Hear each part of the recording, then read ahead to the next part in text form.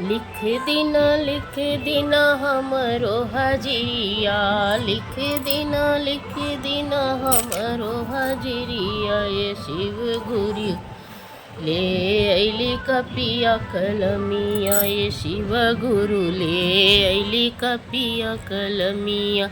लिख देना हमरो हजिरिया, लिख देना हमरो हजिरिया। ये शिव गुरु ले अली कपिया कलमिया, ये शिव गुरु ले अली कपिया कलमिया। पहली हजिरिया हमरा पति जी का लिखी है, पहिला हजिरिया हमरे पति जी का लिखी, पति जी का लिखी है हो, पति जी का लिखी है। बनल रहे हमारो सुहागवा हो गुरु लिख देना, ओ गुरु जी बनल रहे हमारो सुहागवा हो गुरु लिख देना। लिख देना हमरो हजिरिया हो शिव गुरु लिख देना। दूसरा हजिरिया हमरे बेटवा का लिखी है, दूसरा हजिरिया हमरे बेटवा का लिखी है, बेटवा का लिखी है हो, बेटवा का लिखी है। बन जाए कवनो अफसर हो गुरुजी, बन जाए कोनो अफसरवा हो गुरुजी लिख देना हमरो हजिरिया हो गुरुजी लिख देना।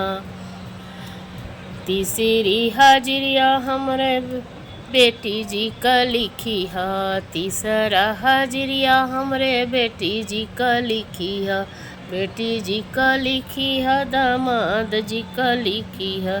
बनल रहे हमरो दामादवा हो गुरु जी लिख देना। बन जाए कवनो अफसरवा हो गुरु लिख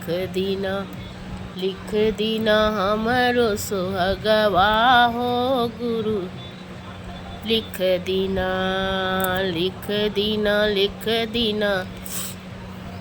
हमरो हजिरिया हो गुरु लिख देना।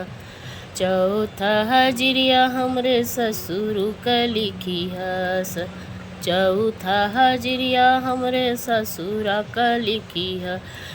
बनल रहे हमरो ससुरवा हो गुरुजी, सजल रहे हमरो ससुरवा हो गुरु लिख देना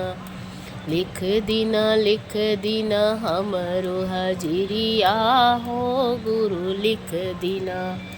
पाँचवी हजिरिया हमरे नैहरे का लिखी है, पाँचवी हजिरिया हमरे नैहरे का लिखी है। बनल रहे हमरो नैहरवा हो गुरु लिख देना, सजल रहे हमरो नैहरवा हो गुरु लिख देना हमरो हजिरिया हो गुरु लिख देना। बनल रहे भाई भतीजिया हो गुरु लिख देना। बनल रहे हमरो नैहरवा हो गुरु लिख देना। बनल रहे हमरो ससुरवा हो गुरु लिख देना। बनल रहे जेठ देवरवा हो गुरु लिख देना। सजल रहे माथे से नूरवा हो गुरु लिख देना।